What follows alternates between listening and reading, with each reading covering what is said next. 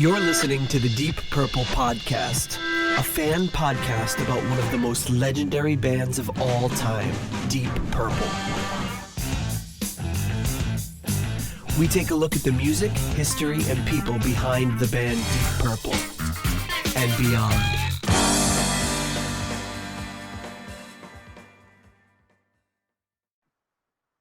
Welcome to the Deep Purple Podcast, the first and only podcast devoted to one of the greatest rock bands of all time, Deep Purple.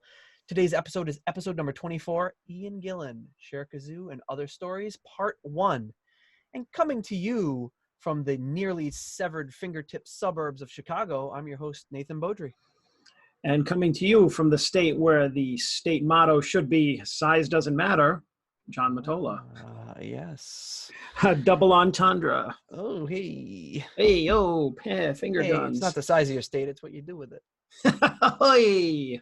Oh, cause. So I almost cut my fingertip off today. Oh, Jesus, that's what, all right. You off, but I was wondering what that was all about. Yeah, I in like the stupidest way, I was cleaning some kitchen shears and there was something stuck to it. Don't know exactly what happened, but at one point my finger just slipped and I like really hardly jammed the shears together. So I went to the hospital, got all stitched up, and now I'm ready to go. And of course it's a Monday, so I was like, how is this going to affect the show? Am I going to be able to do the show? And it was almost a Tony Iommi type situation, because I was going to say, since it was shears, there's a cut on one side and a cut on the other side, and luckily didn't complete the cut with the shears. So I'm not going to be playing guitar for probably a few weeks, but at least I still have my fingertip. Never a dull moment with you, is there? No, it was, and it was one of those things where I was just like pissed off and swearing and kicking my cabinets, because I was like, it was just such a dumb thing and I had nobody to blame but myself, Oh, you couldn't turn to somebody else as you like the cat and be like, you did this. I need to get a cat so I could blame the cat. But anyway, if you want to keep up to date on the show, you can subscribe on Apple Podcasts or your preferred podcatcher. You can also subscribe on YouTube. We're also on Instagram, Twitter, and Facebook. All the links to all of that are at deeppurplepodcast.com. And if you like what you hear, if you receive some value for the show, give us some value back. Become a patron on Patreon for as little as $1 a month. You can help support the show. And if you want to help new people discover the show, leave us a rating on Apple Podcasts. A 5-star rating, preferably. Those are our favorite number of stars. And tell us why you like the show.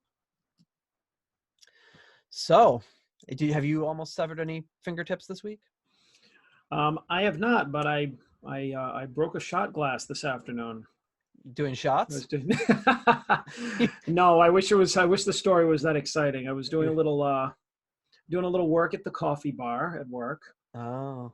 And, they have the little shot glasses for espresso, and they were teaching me how to make it. And I'm just like, all right, let me do this. Crash. I was like the only one out of 5 people that like broke anything. And I'm like, blame me. Like, old Butterfingers, like I know nothing about coffee or anything. So I'm like trying to get into it and everything. I'm like, just fumbling. It was like an old Marx Brothers movie, A little broken glass in your Americano really wake you up.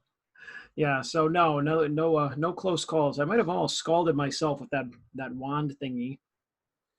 I'm like, what does this do? Oh, that's dangerous. Yeah, what does this do? Yeah, you don't want to. Yeah, that's real dangerous. My favorite thing with it though is when you finish the milk, like the gallon of milk, you just put the nozzle into that and you spray it with some steam, and the whole milk jug just shrinks up into nothing, and then you can throw it in the recycling, and you don't fill up the recycling bin too quick. Oh, good. That's good my pro little tip. It's my little espresso bar tip for you. Pro My tip of the day. Espresso knowledge. Yes. So other than that, I'm fine. Everything's intact. Great. No scalds, no burns. Correct. We'd like to also thank our patrons. So we were just talking about Patreon. If you want to join the Hall of Heroes here, we've got Clay Wambacher and Steve Seaborg of alltheworldsastage.net at the $5 tier, Peter Gardeau at the $3 tier, and then at the $1 tier, we have L's Murders and Spacey Noodles. And thank you very much to all of those wonderful people for contributing. And then lastly, thanking all of our friends at the Deep Dive Podcast Network, Rye at Sabbath Bloody Podcast, The Simple Man at Skinnerd Reconsidered, and Terry T-Bone Matley at T-Bone's Prime Cuts, wishing him all the best luck as he awaits some positive medical news. So we're hoping he gets good news. We're thinking about you, Terry. Yes, yes. Hope all goes well. And then I have a new segment for the show. Let's listen to this. Okay. This right here, I'm gonna feature this beer. This is the Iyengar. I don't know if I'm pronouncing it right. The Iyengar Oktoberfest Marzen. Now this, if you like Oktoberfest beers, I gotta tell you, I'm just pouring a little bit of this right here. This is the beer to go for. I've tried scores of Oktoberfest Marzens and nothing lives up to this. They've been brewing it for about 130 years in Germany. Look at that beautiful, beautiful Marzen right there. Do you like Marzens, John? Have you had a Marzen recently? I've had marzipan. It tastes a lot different from marzipan. No, I think I've had. I'm not as well versed in beers as you, but anybody that knows me knows that the fact that I like any beer at all at this point in my life is amazing. Because when I was younger, I was like, "Ew, beer." So it's like, I'm a casual beer drinker. You were more of a hard liquor drinker, as I remember. Yeah, like fruit of the vine, a little sparkly. Well, I was such like a wuss. Everybody be like, "I'll have a beer," and I'm like, "I'll have a Long Island iced tea." It's like, and then eventually I'll have a beer. Give me a Zima, and it's just like. Did you? I don't remember you drinking Zima. Did you drink Zima? No, that was a very short and embarrassing phase of my life. Well, it had to be short and embarrassing because it wasn't around for very long. No, and then it made a comeback, and I remember a year or two ago or whatever, and I'm like, Zima's back, and then some of the kids that I work with are like, "What's Zima?" And I'm like, ugh. They're like, "Come on, boys, let's go get some." You take them out for some Zimas. Well, that was like, I think when like the clear cola thing was a phase too, like Crystal Pepsi and all that, all that baloney. But anyways, so I mean, I've had some Oktoberfest and Marzen beers, pumpkin beers, like all that. I get into that stuff, but like, very casually. So I'm sure I haven't drank as many as you have, but I trust your judgment. Well, it's a very hard, if you like the style, this in my opinion is the best one. And it's German, it's authentic Bavarian festival lager.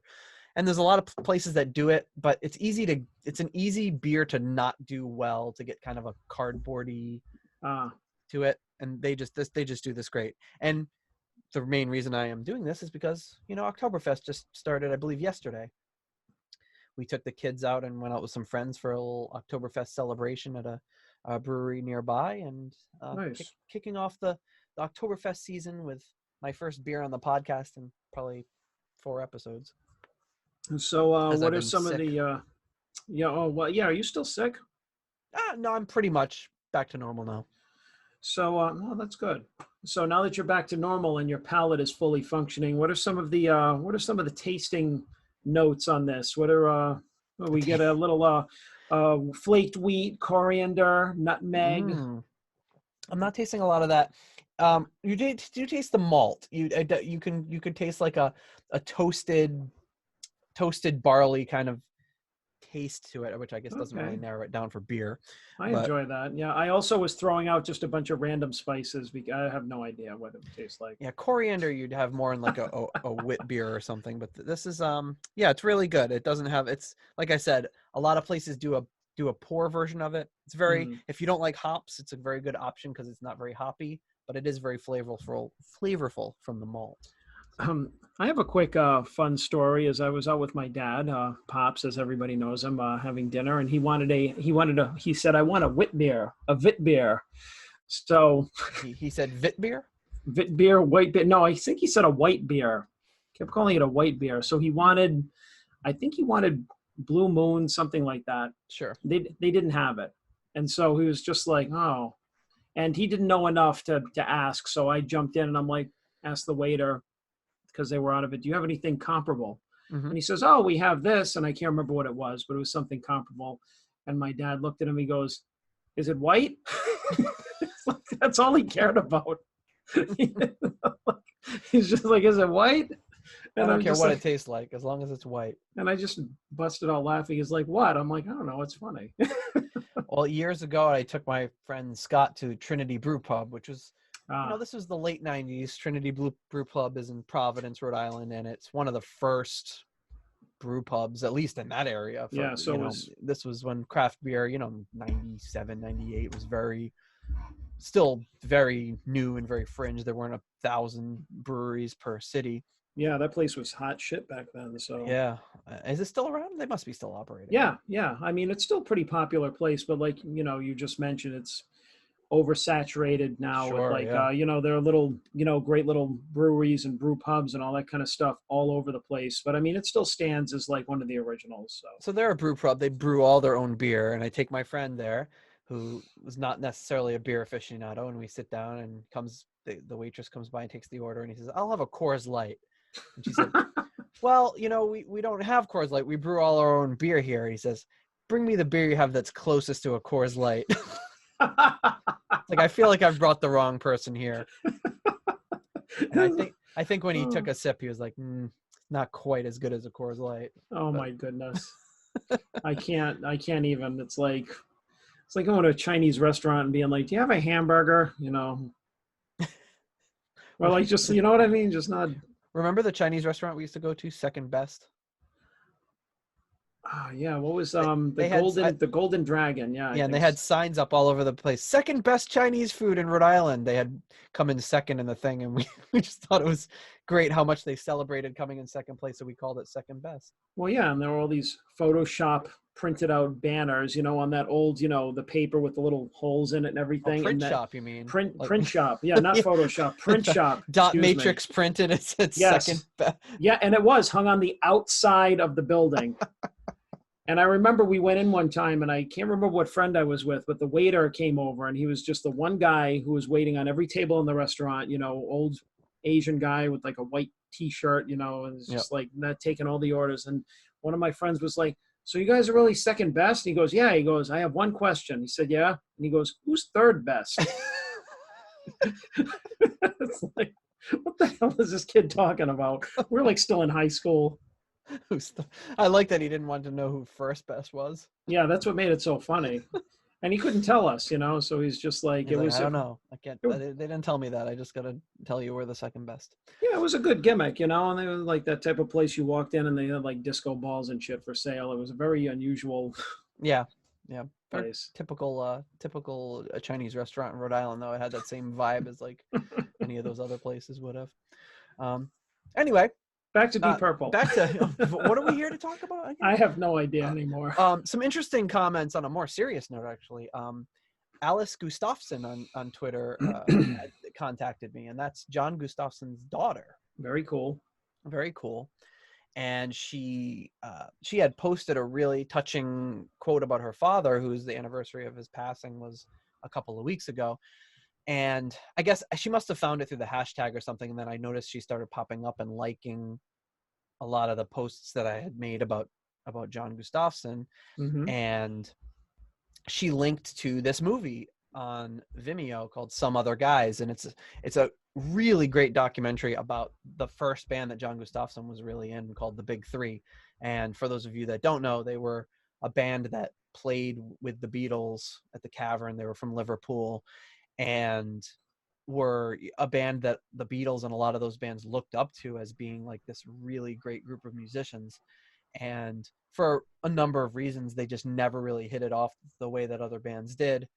It sounds like for the most part, like the three of them were pretty outspoken and very like independent and couldn't really be reeled in. They were managed by Brian Epstein, the Beatles manager, which we had talked about quite a few episodes ago, and couldn't quite make it work. But it's a great documentary. I'd highly recommend anybody, if you're into John Gustafson or any of his stuff, if you're into the Beatles, if you're into a really interesting story about this band that kind of rode right alongside the Beatles during their formative years, and that most people have never heard of. It's a really interesting, when you're watching it, you're almost like, is this like a mockumentary about like a made up band that, not that it's done in a satirical way, but it's just like, how have I not heard about these guys who were so big in the scene? But anyway, she posted on the anniversary of her father's passing, she said, 5 years ago, the finest bass player to come out of Liverpool, Fight Me, passed away. John Gustafson went on to join Roxy Music, writing the infamous bass line, "To love is the drug, but to me, he was just dad, raising a glass of red wine to you tonight." So very Nice. cool little tribute to her father there, and we had a little bit of back and forth talking about the movie, and I posted a link to it, and a lot of people commented on that. So it's really really interesting movie. I really enjoyed it, and I've got to put a little link in the show notes of "Love Is the Drug" being performed live, which is a great song, which you've probably heard, and is a really you see John Gustafsson there on the bass just kind of laying low, but he's the one that really wrote the song. And then also yesterday, as we record, was David Coverdale's birthday, and there was a lot of apparently incorrect information about him turning 70.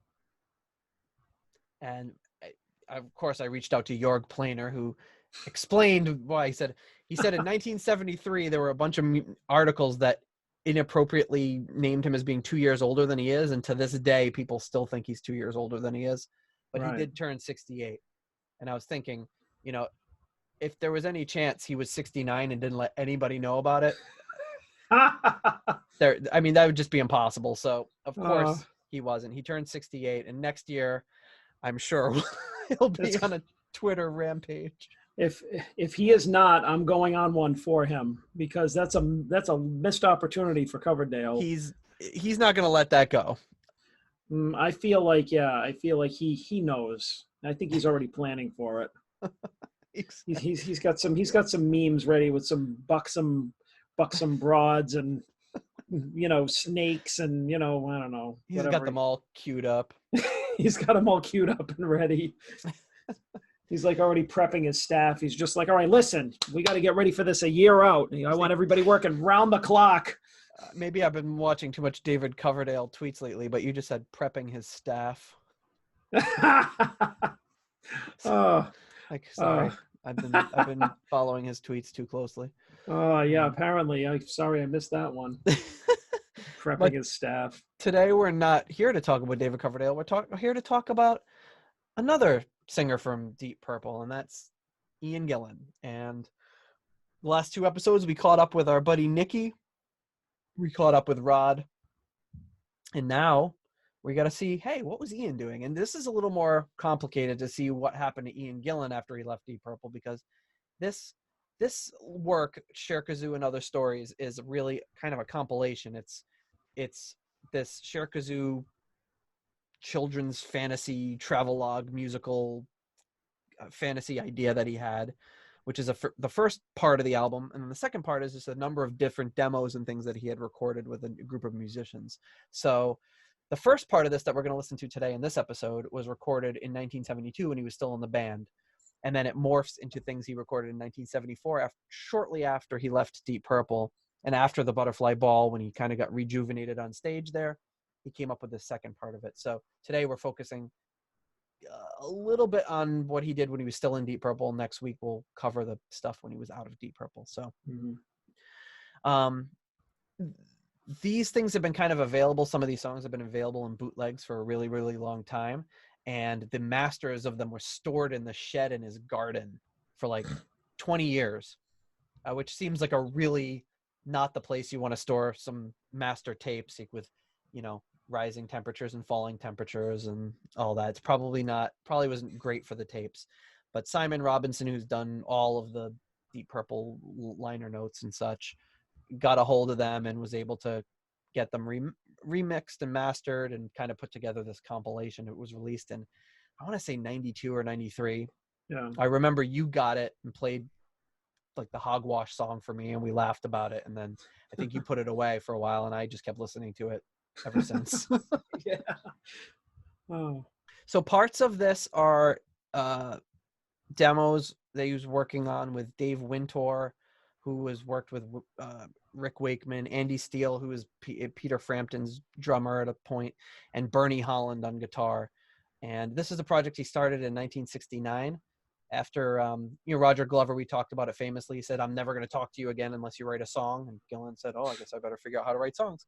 So he began writing the songs, and he started writing so much material that episode 6 couldn't record it all. So he kind of put those songs aside and saved them for this Cherkazoo project that he was going to be working on. Once he was in Deep Purple, there just wasn't enough time to really work on it.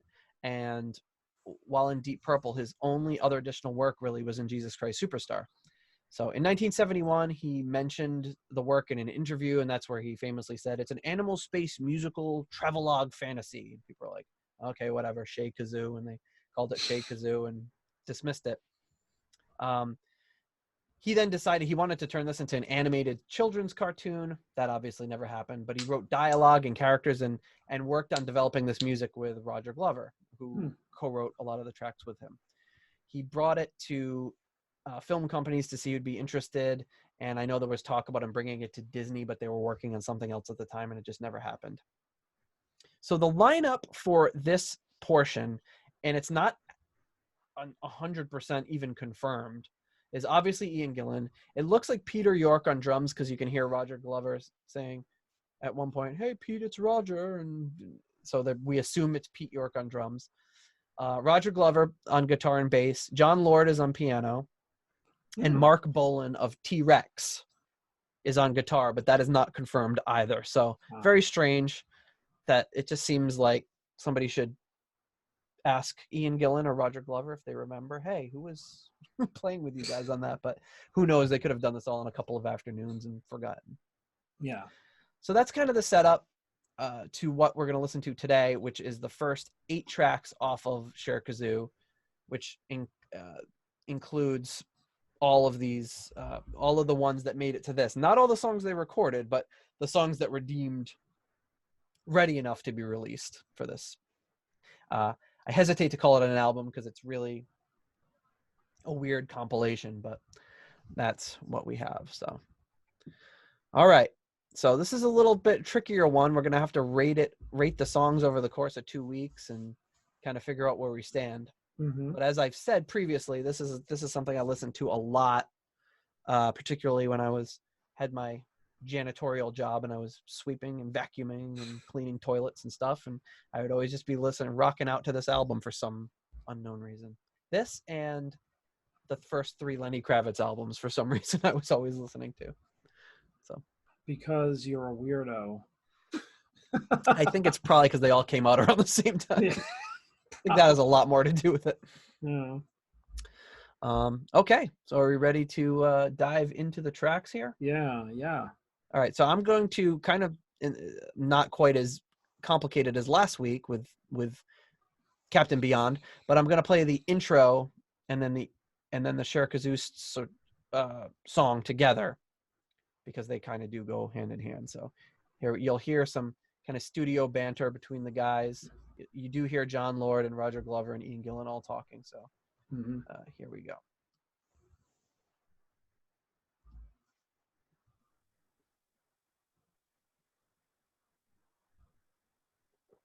Okay, Pete. That's where Roger calls and says, "Hey, Pete." Hard, but relax.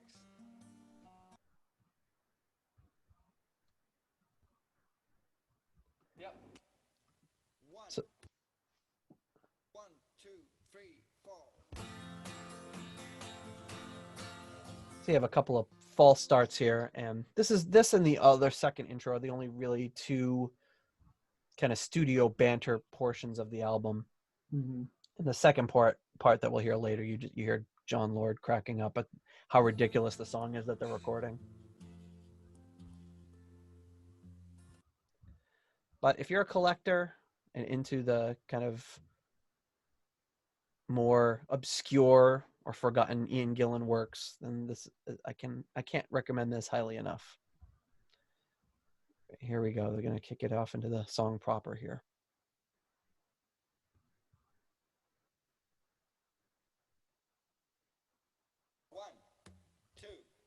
One, two, three, four.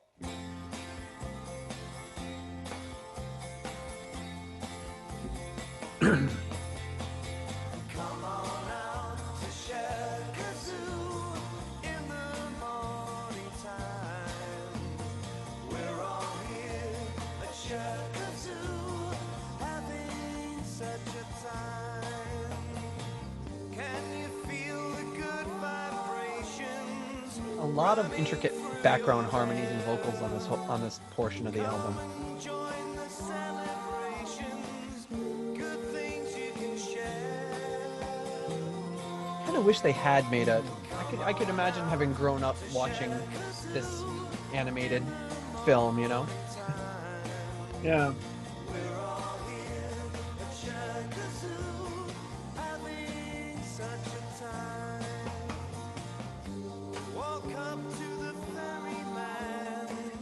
And this is every song on this album is incredibly short. On this portion of the album, they're all like 2 to 3 minutes long for the most part. Most of the background vocals and the type of song that it is sounds like it's a throwback to what he was doing with episode 6 a little bit. That kind of 60s sounding harmonies and stuff, you know. Yep, I could see this being done in episode 6. Yeah, just another style that he was obviously still interested in. Well, I think it would be very jarring to like a hardcore Purple fan who hadn't heard this before to be like, how can this be Ian Gillan? You know, it's not just rock hard enough. Although later on in the album, there's some stuff that rocks pretty hard, but not really in the Cherkazoo portion.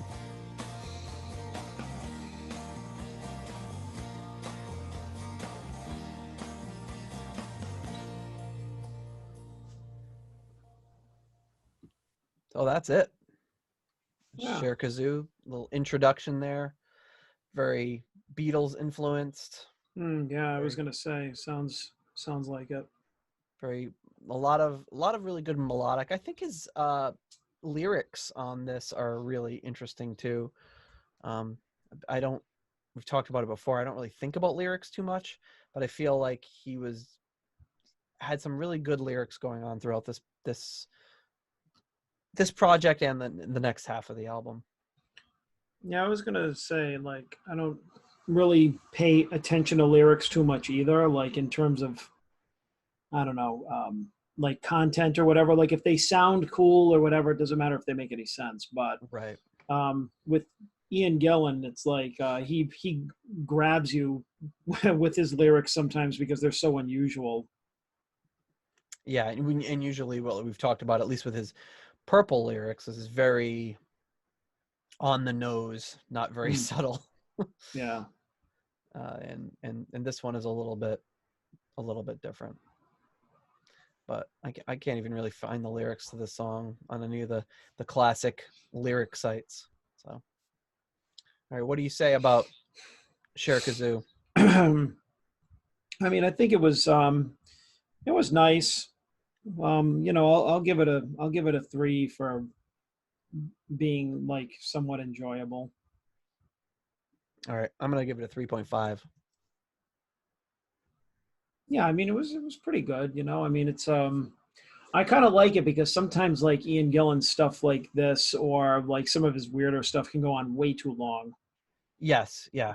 And even though it's a demo, it was probably just, you know, a demo or whatever. I mean, it was just the right length. Yeah, and they're all short on this album. Yeah.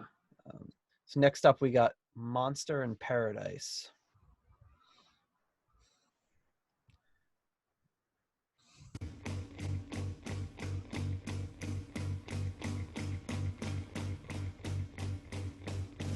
Did you see the monster in paradise? Oh boy, he was as cool as ice. He ignored us completely. And this one, We suffered defeat. I believe, is being sung by Roger Glover. Did you see the 20-ton butterfly standing there holding up the sky? Get ready and grit your teeth. Standing underneath that multicolored danger airplanes. Look out, lady, here it comes again. The monster in paradise. Shut your mouth. And this is a song he would perform. I think he did it in Ian Gillan band with John Gustafson singing. Yeah, again, this sounds like another really heavily influenced like 60s kind of pop thing, you know? Underground, looking for the old boy we found. He wandered up and bit my knee. There lies the penalty for stealing. And this song was written by Gillan, Glover, and Gustafson. But I don't know where Gustafson came in, but I know Gustafsson had done it on one of his albums, and I think the assumption was that this was a leftover song from Deep Purple, and they may have given it to Gustafsson. Yeah. On it or something, but I'm not 100% sure. And this is like, the song's already over, but they kind of do this weird little outro. And I guess there were like a bunch of different versions of this with different singers, and they decided to go with the version that Glover sang on this one, and Gillan does the chorus with him. This is actually kind of hard to keep this kind of tempo tight like this with everyone just hitting those notes. It's got a funny ending here.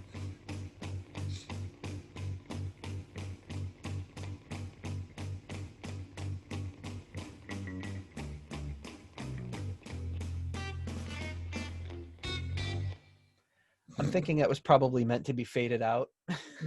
And they're just like, okay, I mean, you've been in the studio before, like, just keep doing it until you mess up. And then you're just like, oh, we'll fade it out. But they did not do them that justice when they released this. Again, it's the songs are almost too short to really get in this part of the album to get a good sense of what they actually are. I remember hearing the John Gustafsson version and thinking it was a little more fleshed out and a little longer, but that's Monster in Paradise. And I think it's cool that I don't think I realized until very recently that was Roger Glover singing it. Yeah, me neither. I thought it was Ian Gillan. Yeah, just Ian Gillan being more like understated. Yeah. And then when you said that, I was listening and I was like, oh yeah, that kind of sounds like somebody else. Yeah, and you could see that. I knew we talked about some of the episode 6 songs that Roger Glover sang where he seemed very hesitant and very like unsure of his vocals. He seems a little bit more sure of that there. And in some of the Butterfly Ball demos, you can hear him. He sings some of the demos and you get a sense for his voice. So, all right, Monster in Paradise. What do you think? So, again, I think 3. It's average. It's kind of a cool, like almost like the verses almost kind of reminded me of like a Partridge Family kind of thing. Yeah. Yep. So early 70s kind of retro pop type of stuff. I mean, it's nice, but it's not really my jam, but I can appreciate it for what it is. Yeah, I give it a 3.5.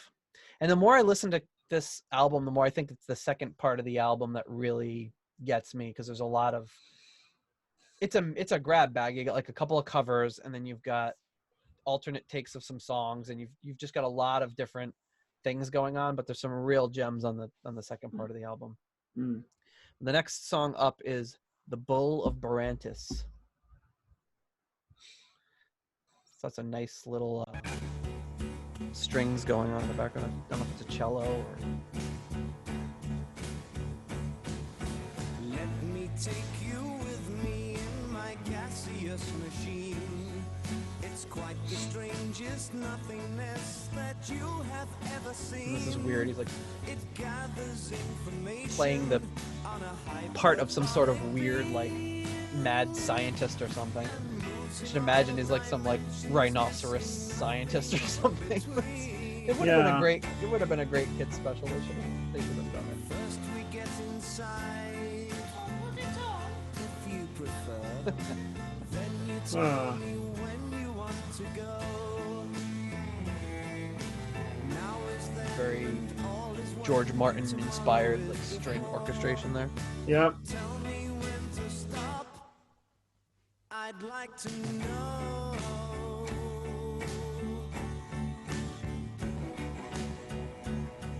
I love the strings on this song, the way that they're arranged.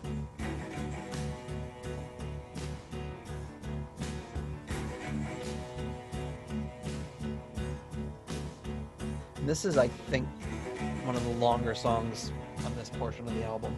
You could have imagined having that kind of British animation, like Monty Python style animation to it.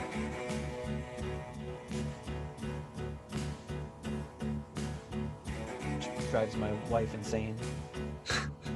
She hates. A million bright years on, Nothing drives her more crazy than that animation style. We'll talk amongst yourselves till I straighten out the tents. How beautiful!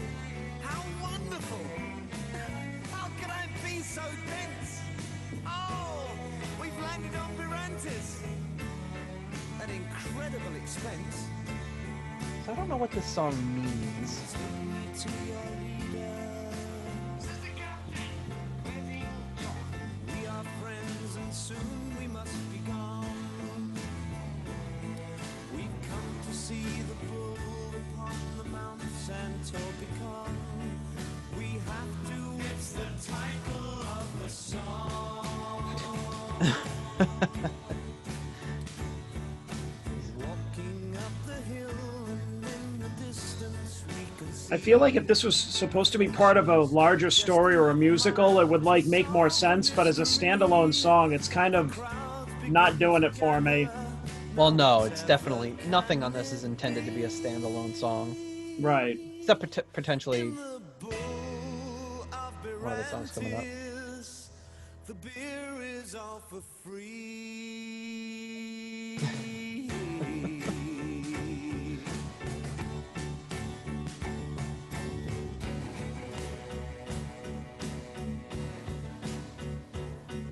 Great John Lord piano there, just doing some little very subtle variations.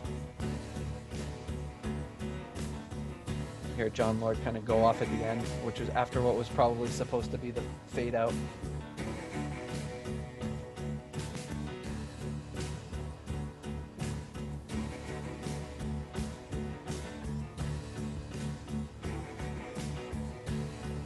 It's hard to judge it based on what it was supposed to be with animation.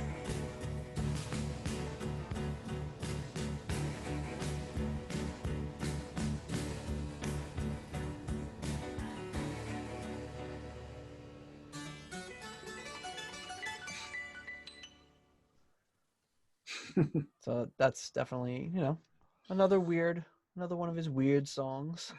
Yeah, well, I mean, I know that, we can't judge it on what it was supposed to be, but I mean, we are listening to it pretty much as like all standalone songs. So, we can't base it on whatever, his musical was supposed to be or cartoon or whatever the whole concept. But, I mean, I'm sure that it would, like I said, would have been amusing if it were, if the story was fleshed out and it was part of something else. But I think really the only part of it that I cared for were the strings. Yeah. I thought they were cool. They were actually kind of like heavy. They gave a mood. So Yeah.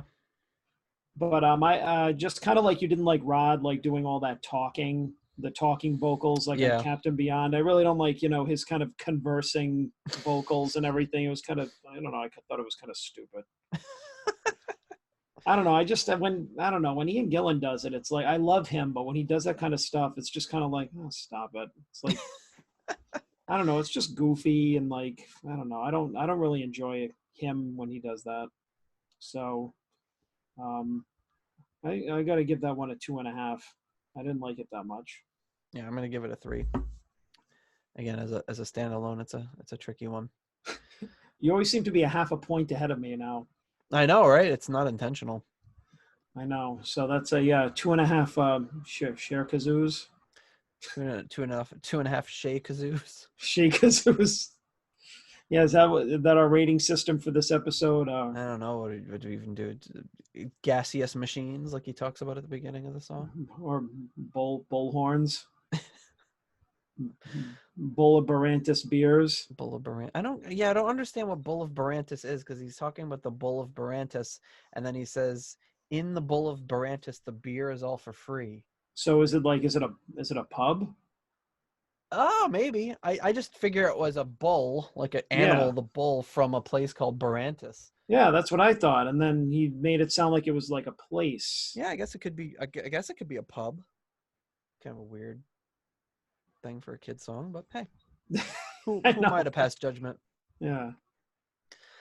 All right, next up, and this is the first thing I ever remember hearing from this, because you played it for me when you first got the album, and it's always really amused me. And that's the intro, and then into the song "Hogwash," which is completely silly, ridiculous song, and you can hear John Lord and them talking and just kind of laughing in between the beginning when they're trying to get the intro to the song right. So here we go.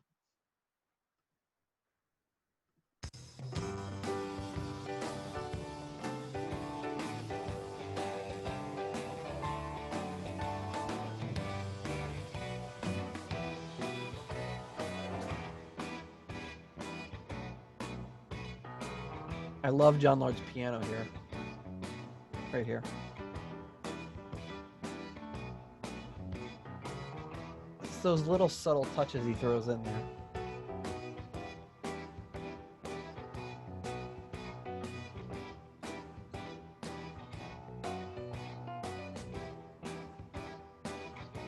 This is them just vamping on the section until it falls apart.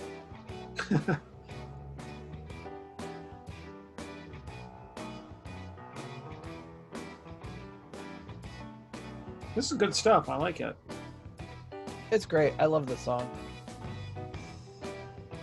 And then it's called Hogwash, and he just tries to throw in, once the vocals come, he just tries to throw in as many pig-related puns as he can, and it's great. Of course. I mean, either you hate it and are embarrassed by it, or it's great. I think it's great.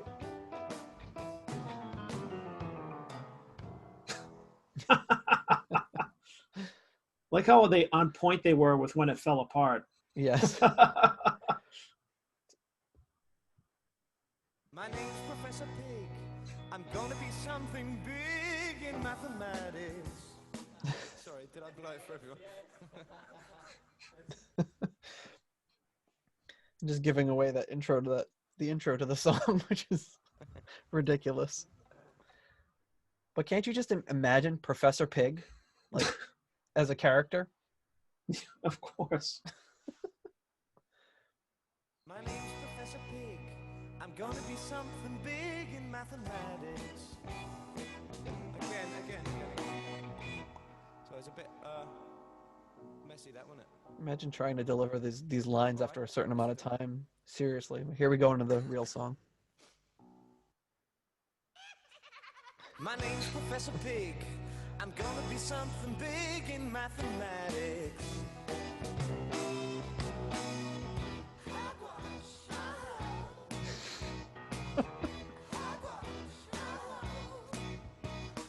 Can't you see I'm gonna save the world, baby? Can't you see I'm all aglow with great ideas? I'm such a crazy boy, and baby, what is more, I'm gonna pass a bacon law. Take an observation of the style, won't you look at all the things that you ain't seen before? Well, you can look around at everything I found, baby, I'm the pork of the town. The time has come to bring about a change. I like this part. I think you'll feel a little strange, you know, you gotta realize I'm Nice walk-in bass line. And the background vocals are just ridiculous. It's time to show you all my latest invention. Maybe it's a little wild to mention here. I give a little clue, the rest is up to you. So sharpen up your points of view. The time has come to bring about a change. At first, I think you feel a little strange. This little gem of mine is gonna save your bacon one day.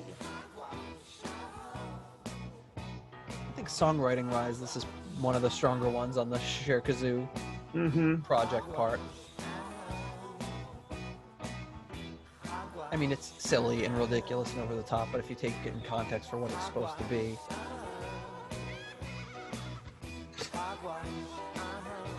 And of course, not to give it away, but the last track on this entire CD is the standalone backing vocal tracks, isolated, and it's great to listen to. Oh my goodness, I forgot about that.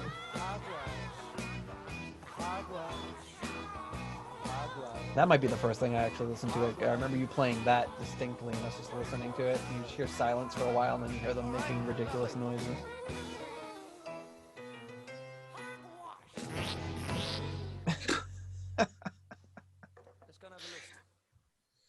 You know, hey, if you came here looking for, you know, like, oh man, Ian Gillan, I was expecting, if you're expecting to hear like the band Gillan or something along those lines, you're probably sorely disappointed. Look elsewhere, my friends. That is not this. That is not this project. You know, hey, he's got that. You know, Blackmore's doing Blackmore's Night. I mean, they have all got things that'll throw you for a loop. Yeah, the thing that I was thinking about when I was listening back to this is like, I think that as a whole, there were certain musicians that I like when they are combined with other musicians to, like, you know, they're bouncing ideas off them or they're reining them in. It's like, I think like Deep Purple as a band was great, but when they went off in their own directions, I didn't always like what each of them was doing, because it was like, imagine there's nobody to like reel Gillan in from doing this kind of stuff. Like, you could hear him like starting to get ridiculous in Deep Purple, but like Richie would, like, you know, like cut him down or reel him back. And like, if Richie wanted to do something, somebody else would do it. Like, they all kept each other in check. And I think there are a lot of bands that are that way. And this band has it like in spades, which, you know, I mean, even look at when John Lord was able to, like, you know, go off the rails. He came up with the concerto. Which, you know, is nowhere near as crazy as this, but it's like, but it's out of left field. And when you, like we've talked about before, when you combine all those forces together and have them act as checks and balances on one another, it definitely, you get the best of everything. But still they're my favorite together. But I mean, you can't deny that. I mean, the whole premise of the show was like to, you know, kind of study and shine light on the family tree, as it may be. And this is a very very odd branch now that we're it is. But yeah, it's just, you know, kind of him by himself, almost just bringing in a few hey, I wrote this, let's play it, and writing it. But yeah, so it's a little different. Well, that being said, I'm going to give this a 3 for a few reasons. Is that I think, like, sorry, I heard the beginning and the end of that one. Yeah, I didn't cut that sneeze out entirely. I think that if, like, you, I mean, the lyrics are amusing, so I think that they're kind of funny. But if you got rid of the lyrics, if you change the lyrics, or like if you just took them out completely, I like the music. Yeah. And I really just like, I thought it was funny when we were younger, but I really just don't like the hogwash backing vocals. They're just too goofy for me. And like the cackling, you know, pig person or whatever that's supposed to be, it's just like, can't get into it. I love it. I'm giving it a 4.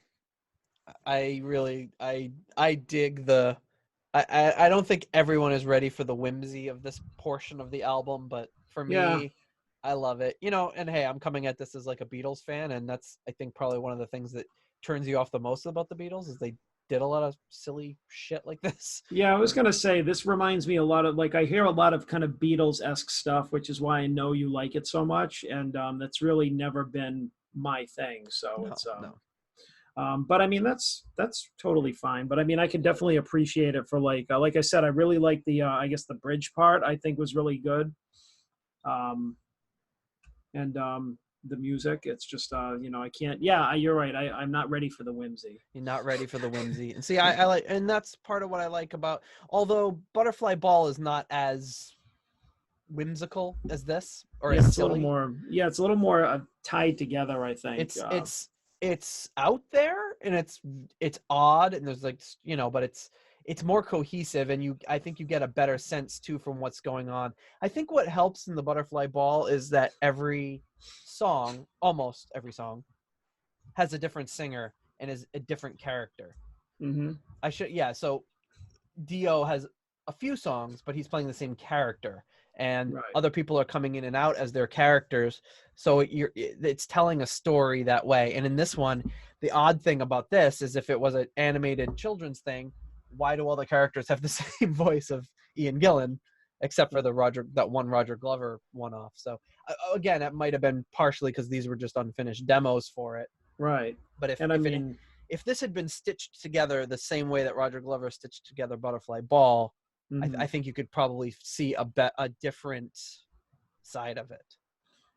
And I mean, this also wasn't like a fully formed idea or an album. Like, remember, everybody has to remember we're listening to like demos too. So I mean, it's like that's why Butterfly Ball was like, fully realized idea. Like it was released with the, according to you, I've purposely haven't watched it yet. Goofy ass like cartoon to go along with it. I can't wait to watch that with you on an episode of the show for the first time. It's going to be incredible. I am purposely not watching it, even though you built it up and it sounds intriguing. I know that for the good of the show, I should not watch it yet. Yeah, that's one you'll have to watch on video. A, so you could see the movie, and B, so you can see John's facial reactions as he sees this travesty unfold before him. Oh. It's definitely interesting. So yeah, anyway, I guess that's our thoughts on Hogwash. Yeah. All right, next up. Now this is an interesting track. This is Driving Me Wild, which he will do 3 times on this album.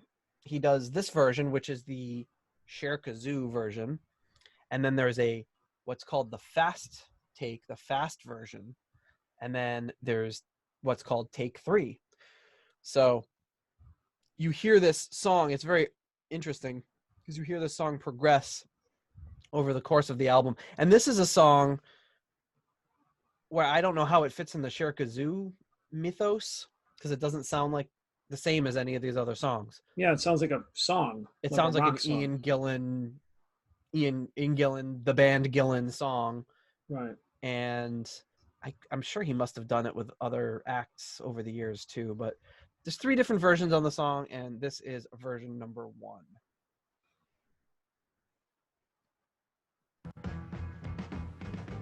Stiffen up my bones, summon up my humility. I've shed a million tears of shame and tears of rage. And this first version here is the only version that has backing vocals that kind of match the rest of Cherkazoo. That's kind of the one thing tying it together. The other 2 versions don't have the same backing vocals, and they're pretty intricate little harmonies going on in the back as you'll hear.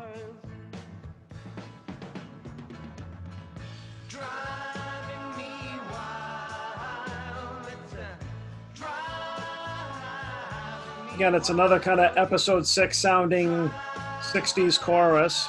Yep. I feel like he was like purposely writing in this style.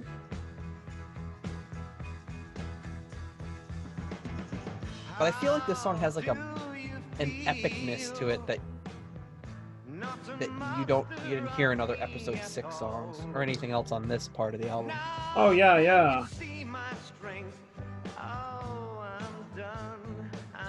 He's holding back a lot on the vocals. Maybe it's just because of the other versions where he really lets loose, but yeah, like I feel like if he fleshed this song out a little bit more, it could have been really great.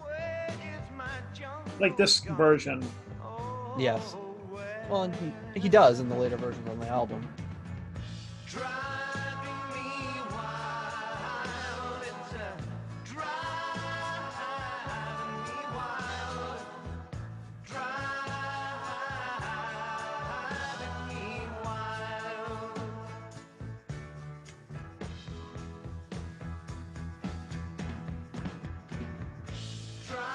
And then we just go into a fade out here.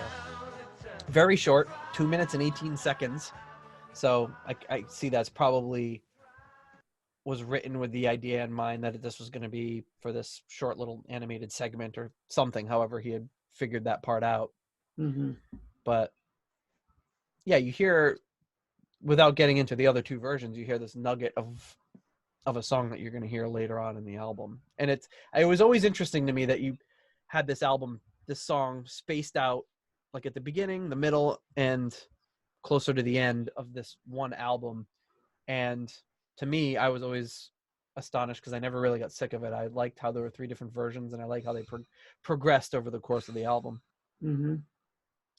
So what say you about Driving Me Wild? I'll give it a 3. Like, I feel like everything on this album is at least a 3, you know, because it's like, I like it. I like it because it sounds more like, I don't know, I guess you could say like classic Ian Gillan, like maybe like that could have been something in Deep Purple. Yeah. Like he could have brought like maybe the verse to Deep Purple. Makes you wonder if he did, or if he brought any of these things to Deep Purple and Richie just poo-pooed them. I like how I say Richie because I think anyone else would have been pretty much game for anything. But I was gonna say I like how we just assumed Richie would turn it down. He's just like, can't... boo. I think Ian Pace is gonna be like, no, I'm not playing that. Like, I mean, Ian Pace does play with everybody. Yeah, but I mean, let's not forget, Ian Pace did not like Soldier of Fortune. He hated it. That's true. So, and that still baffles me. But anyway, Ian Pace is allowed to make one mistake in life, I guess.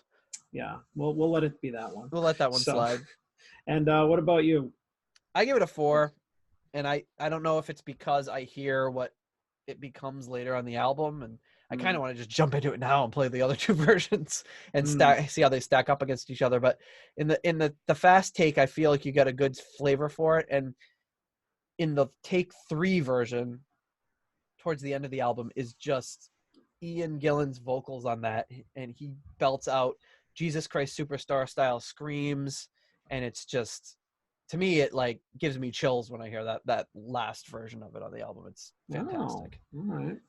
So I guess it's how this developed in my mind, and listening to it over the years is it just, this whole thing, I've always taken it as one solid work, even though it's anything but.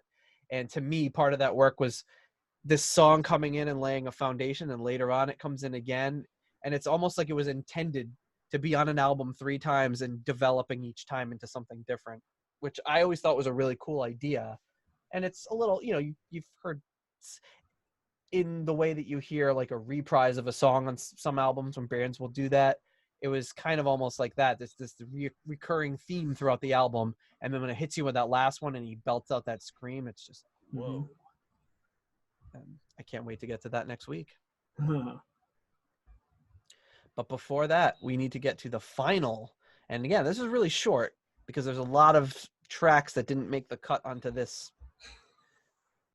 unfinished demo thing. And this last track is Donkey Ride Dream. A great little bass line on this song.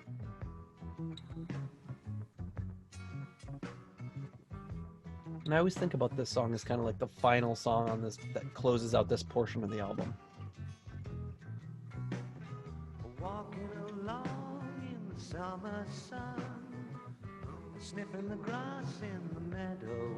There's a young boy on my back, sleeping contentedly. And I like that he's singing it from the standpoint of the donkey. Tickle my ears, make me feel so wrong, but kind of makes it work. Tickle my ears, little boy. Donkey ride dream. Donkey ride dream. What does this make me think of? Donkey ride dream. But I like this little part right here. The donkey dream's not what it seems. He says, a donkey dream is not what it seems. I'm like, what's a donkey dream? What does a donkey dream about, Ian Gillan? I don't know. Other donkeys? Carrots. Ass. Little boys tickling their ears.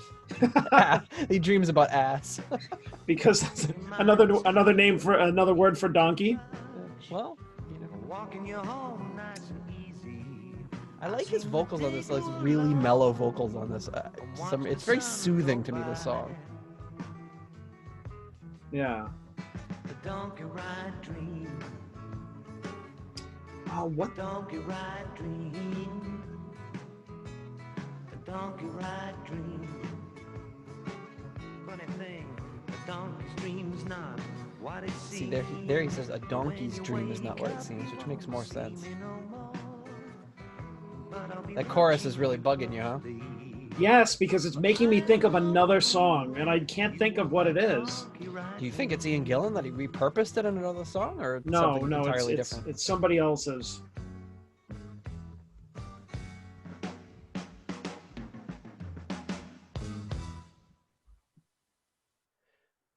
That ending. Oh man, this is gonna bug me for a long time. Oh, it's like at the tip of my tongue too. It's like it's like probably from like years later. Like I don't think he stole it from somebody. I just think it's like it sounds just like somebody else's like chorus, something like that. Well, it'll come to you tonight or tomorrow, and you'll have to tell us on the next episode when you figure out what it is. Well, anyways, yeah, it's very reminiscent of something else that I've heard, but it's a good thing because I like it. I kind of like how he did the whole like he did the blues thing. Yep. But it wasn't like, I don't know, it was kind of creative. The bass line's fantastic, I think. That little boom boom boom boom boom boom boom boom boom boom boom boom boom boom. Yeah, it's like, yeah, he had some like he put some character behind it. It wasn't like what we've turned or what I've termed a lazy blues song. Yeah, we keep coming to this motif of lazy blues songs, and yeah, this isn't one of them. It's okay to use blues progressions, as most of the stuff is derived from blues. It's okay to be bluesy, but it's not okay to go burn burn or burn burn, and that's not what he's doing here. He's using the standard blues progression, but they're making it something their own, and they're making it so that you're not thinking, oh, 1-4-5. You're listening to the song, and maybe you'll listen to it 5-6 times, and then you think, oh, it's 1-4-5, but that's okay. Right. I mean, it's and the way he sings it and the whole like the lyrics and everything, it's got a little finesse, a little panache. A little panache. It's very like, I think I really like the way that this song is structured and recorded. It just makes you like relax, and you can really just feel like oh, I'm like riding this donkey on the side of a mountain. It just it has this very relaxing sound to it that I love. And when you listen to this in the sequence of the album, the next song comes in and like punches you in the face, and it's very with like horns and everything, and you're like, ah, and that's where this is songs that were recorded 2 years later, and it's a very jarring state to go from being lulled into this very like sleepy state from Donkey Ride Dream to being punched in the face with Ain't That Lovin' You Baby. Yeah. But I always thought that was kind of cool in the same time, and that it's just like, okay, well, that's over now. I guess we're getting assaulted by a couple of Elvis style covers right now, but we're not getting into those right now. So what do you think about Donkey Ride Dream? So yeah, I actually liked it a little bit more than everything else. So I'll give it a 3.5 for all those reasons. Like I can picture like being on the side of the mountain, and I can picture the sun beaming down while you're riding this donkey and everything. And it's like I don't know, he just like did a good job conveying a mood. Paints a great picture. I'm gonna give it I just gave it a 7. Whoa, that's whoa, wait a minute, this is not who we think we are. Pull back. Yeah. This is not Mary Long. Pull it back. I really shocked the world without. Now I'm giving it a 4, not a 7. Whoops. Yeah, that would be a little, better than anything else we've heard so far. But I love this. This is a song that for some reason, like I was singing it the other day, and my wife was like, you sing that song all the time. And we just discovered, like, we've been together for, I don't know, 17 years. Yeah. And through the course of our entire relationship, I've been every so often just, Donkey Ride Dream. I'll just be like at home singing that. So it's one of those, I don't know if you have those go-to songs that for some reason will just pop in your head for no reason and you'll start singing. This is one of them for me. Don't know why, but I've always sung this for, when did this come out? 25 years ago? For 25 years, I've been periodically just busting into Donkey Ride Dream. And it's been happening more recently because I've been preparing for this episode. So she's like, it's at a fever pitch now. You're doing it like every day. And I didn't even realize that until she pointed it out, but I do always kind of have this one in my mind. So Donkey Ride Dream. It's a funny one to have, like just on the tip of your tongue. I don't know why. It's something catchy about it. It's like I said, it sets a really interesting mood, and I really dig it. All right, hang on. You didn't change your rating here. I'm gonna have to change it for you. I did change it. No, it still said a 7. It didn't I change in. No, I just changed it. I Okay. had changed it. For some No. reason, it didn't show up for you. Oh, okay. Well, yeah, I couldn't let a 7 stand. No. No, that's that. And it threw the whole color coding system just went bananas when I put that in. I was like, "Whoa, that's the 7's a thing now." Like, Bright green.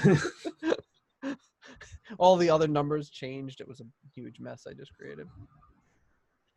Oh man, this is like still bothering me. I am like going over and over the chorus in my head until I know what song it reminds me of. There's truly nothing more frustrating than that.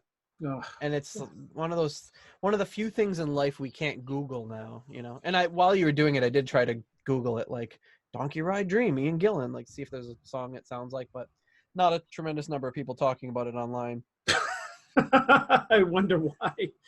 There's not a forum devoted to people talking about what Donkey Ride Dream reminds them of. You know, like right now there's got to be like 3 of us. You, me, and there's one other person. Maybe one of our amazing, astute listeners will hear this episode when it comes out in a couple weeks or whatever and be able to write in and say, John was thinking of this song. But Maybe. until then, you might have to just deal with the pain of not knowing. Oh, it's driving me nuts. It's driving me wild.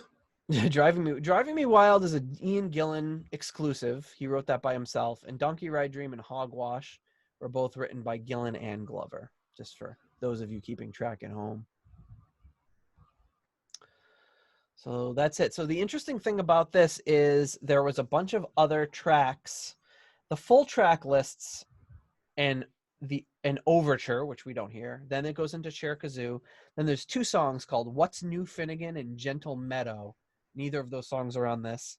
Then the rest of the songs, Hogwash, Bowl of Ber Antis, Driving Me Wild, Monster in Paradise, Donkey Ride Dream we hear. And then it was supposed to conclude with a song called Fight Scene and a song called Lady Fair. And those were not recorded. There were some other songs recorded in this, which was a song called Meadowland, a song called Brother of Mine, and a song called High and Mighty Woman, which was described at the end of this recording. They said they found a lackluster country and a number of lackluster country and western efforts, but they said they didn't have Gillan on vocals, and it was unclear if they were even part of this or if there was something they were taping over or what. But sounds like it was kind of a mess. It's interesting that Gillan even let this stuff stand, because I know I've heard in recent interviews with him that he does not like unfinished tracks or any of that stuff getting out. And then he says, like, once they're done with the album, he takes all the outtakes and erases them. Like, he doesn't like to, he's not an archivist by nature, I guess. So it's weird how he let this one stand, A, and B, how he allowed it to come out. Yeah. And I'm glad he did. Because for me, I'm a natural archivist by nature. So even if it was garbage, I'd be like, put it all out. I want to hear it. I want to hear everything. I don't care how bad it is. Put it all out. I hate to think like Ian Gillan recorded like all these songs in the 70s and then just deleted them. Like, it makes my heart hurt to think of that stuff just being gone forever. So the liner notes on Cherkazoo state that it wasn't an intention to recreate the Cherkazoo project, but more to just present it as a collection of Gillan's demos. And he says that Completest will want answers as to why the other tracks were left off, other than a boring one like the lack of room, implying that they didn't have enough room on the CD. So the liner notes say that the overture, Fight Scene, and Gentle Meadow were instrumentals, and Lady Fair was an orchestral number with a choral refrain. And What's New Finnegan's had vocals, but not by Ian. And they said the recording just didn't really make the grade. So not sure who sung that, but there you have it. And that's it for the first, I want to say half, but it's not really half, of the Cherkazoo album. The first, what percentage of the album is that even? It's like almost half. We'd say like 40% of the album right there is what you've heard, and the remaining 60% we'll get into next week, which isn't trying to tie in together the same way this is. So bit of a shorter episode for us this week, but it was either that or have like a 3-hour episode about Cherkazoo, and nobody wants that. Nobody wants that, least of which us, because we do have to work tomorrow. Yeah. And okay, so as we move on. Yeah, what's news? To the news. Yeah, we do have some news actually. We do. We haven't always had news, but this week we do. And that is the fact that Jon Lord's Windows album is coming out as a re-release on September 27th, which is 4 days from the recording of this episode. Cool. And Ear Music will continue the series of Jon Lord vinyl re-releases with Windows, an album featuring a cooperation between Jon Lord and conductor and composer Eberhard Schoner. Schoner, who was also involved in progressive rock masterpieces like The Turn of a Friendly Card by the Alan Parsons Project, may also be known for being the creator of the main theme for the TV series Derek. I do not know him of that. I only know Eberhard Schoner as the guy who did Windows with Jon Lord, so I'm not familiar with any of his other work. But Windows was recorded live at the Kirchlassel in Munich on June 1st, 1974, as a closing performance of the Prix Genèse International Festival under the Rock Meets Classic banner, and was broadcasted by German TV station Bayerischer Rundfunk. That was good. Yeah, my amazing switch between French and German pronunciations is second to none. To a potential audience of 300 million people, this was broadcast. Wow. Have you ever seen the Windows? No. Great.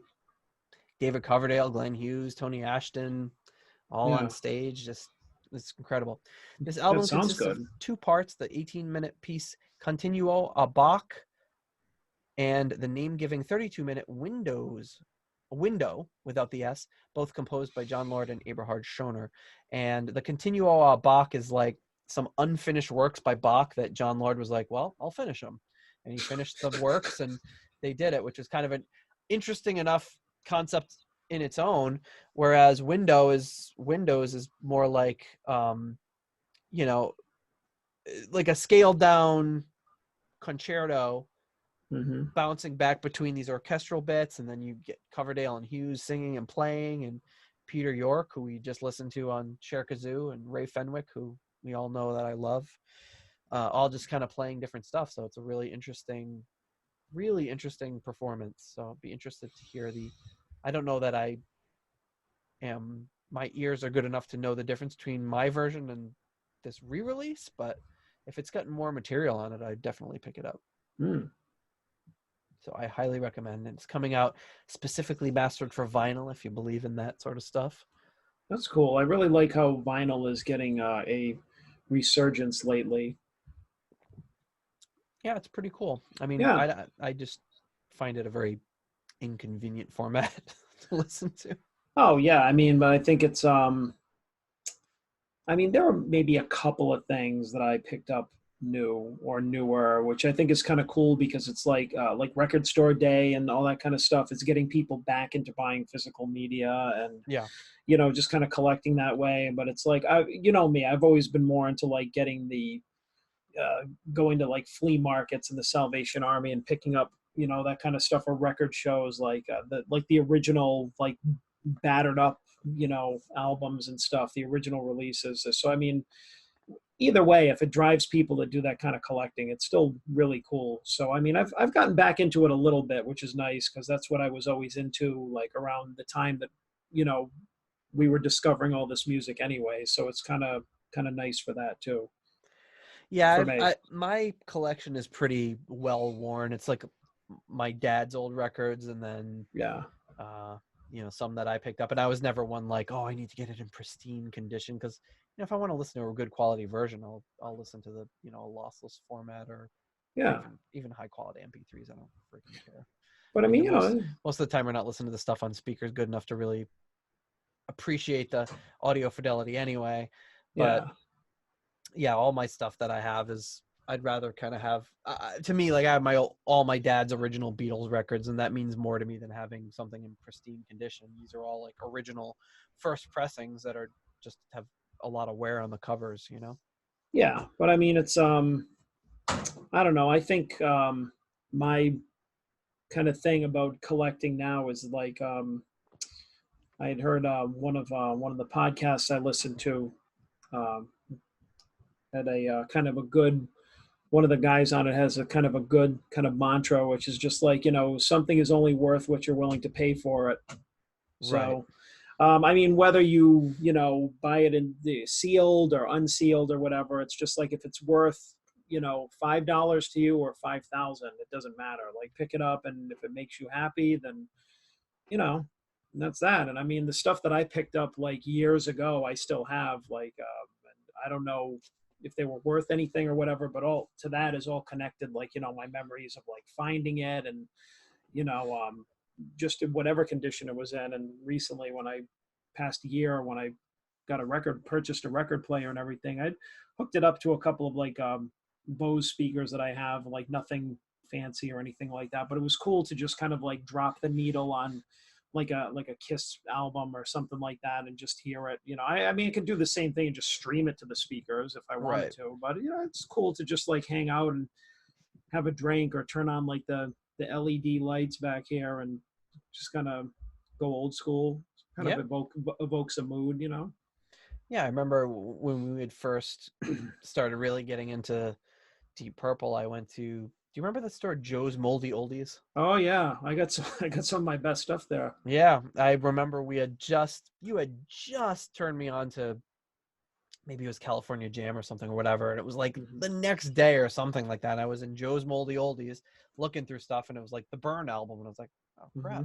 So I picked it up, and that's the copy that I have. You know, I've had it for, you know, since 25 years at least, and you know, it's not worth anything to anybody except for me, just knowing that that's the copy I got way back then. And I don't even know why I bought it, because like I could have just easily gotten the CD, and I did. But I think I even got that before I got the CD, because it just happened to be so soon after you had showed me that I picked it up. So good stuff. And I picked up the same day, I think I picked up the Thin Lizzy album, Johnny the Fox.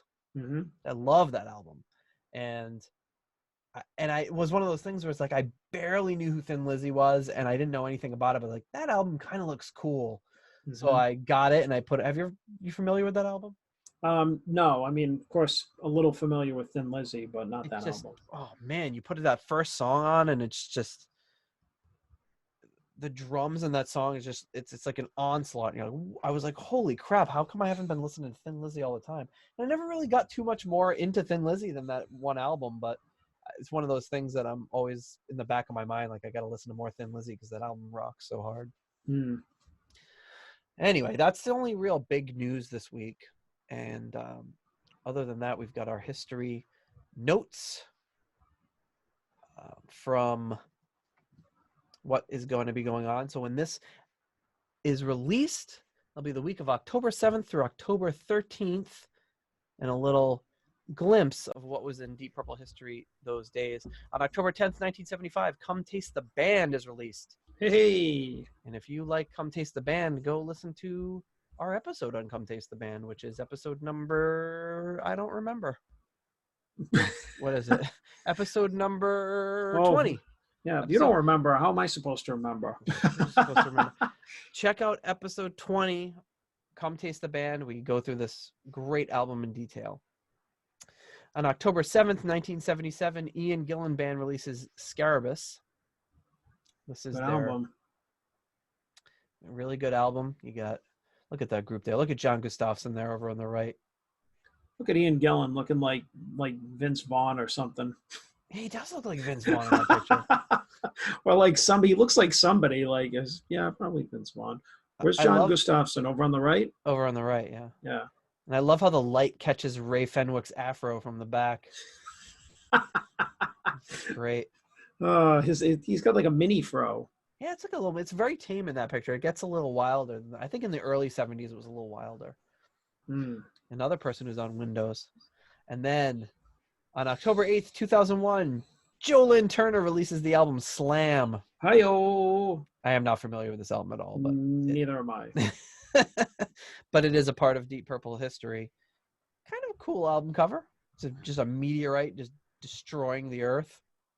Yeah, just slamming into it. Slamming into the earth. Yeah, really. And I like his little Jolyn Turner logo up the top there. Like, looks like it's made out of chrome. Yeah.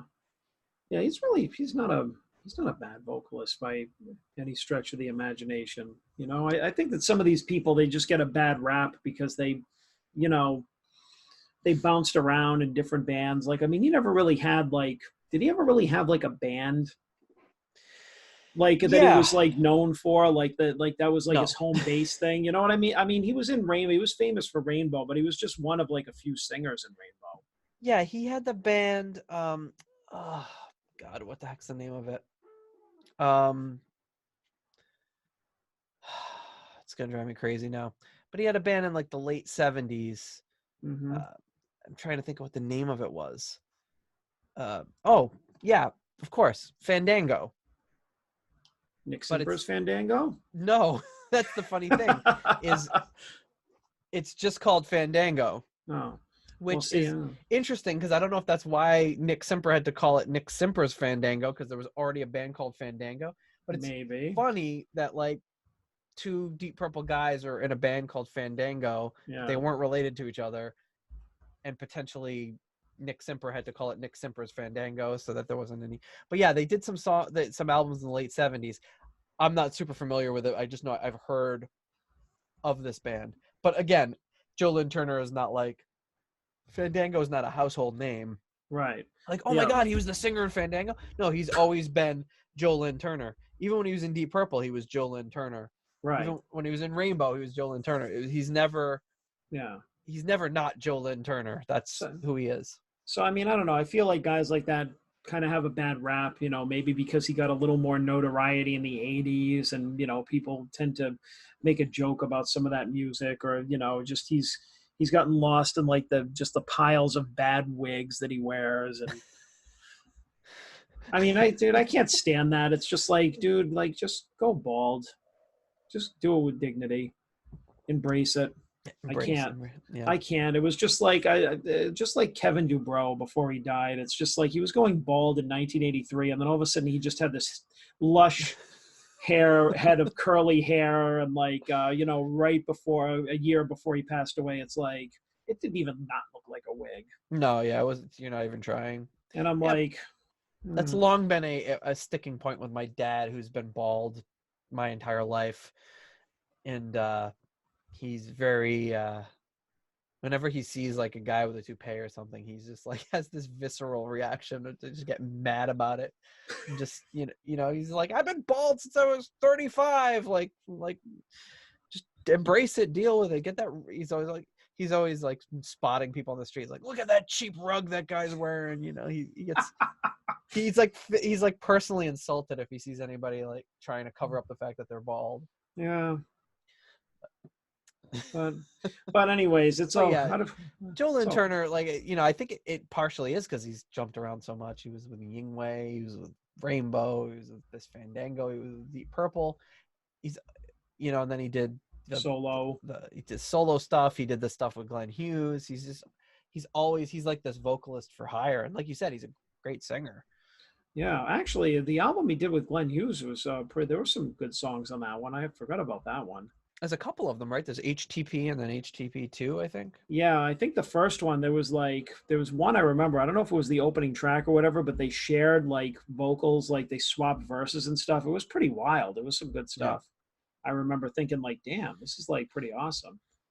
Yeah, I mean, in that band, I think he plays guitar too, right?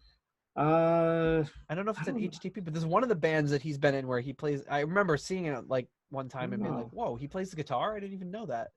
And he plays it in the band, you know? Yeah, no, I can't remember. I just remember thinking like, wow, like these guys are like, it was almost like they were like dueling, like they were trying to like out, like wail each other. Like, Yeah, I can't. It's still Cool. surprising to me that they did something together. It just doesn't seem like there's enough room in any band for both of those guys. Yeah, well, probably not sustained, maybe for like Right. a project or a few songs or whatever. That's why it's called HTP, Hughes Turner Project. Like, this isn't Yep. a band, all right? We can't sustain this. It's just a project. It's a project. Anyway, that's what we got going on this week in Deep Purple history. Hmm.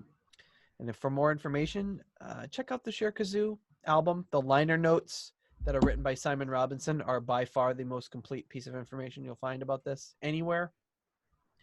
Ian Gillan mentions Cherkazoo for about 2 lines in his biography, so there's just really not much out there about Cherkazoo. I'd highly recommend the album and checking it out, and we'll dive into the later part of the album next week. Mm-hmm. And with that, I'll bid you adieu until next week when we can talk about the rest of this project. Yes, adieu. Adieu. All right, until next week, my friend. Yes, see you later. Later.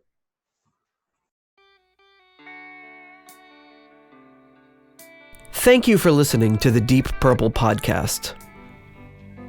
If you like what you hear and would like more episodes in the future, please donate on Patreon to support the show. You can also give us a rating on iTunes to help new people discover the show. You can follow us on YouTube, Instagram, Twitter, and Facebook for show updates.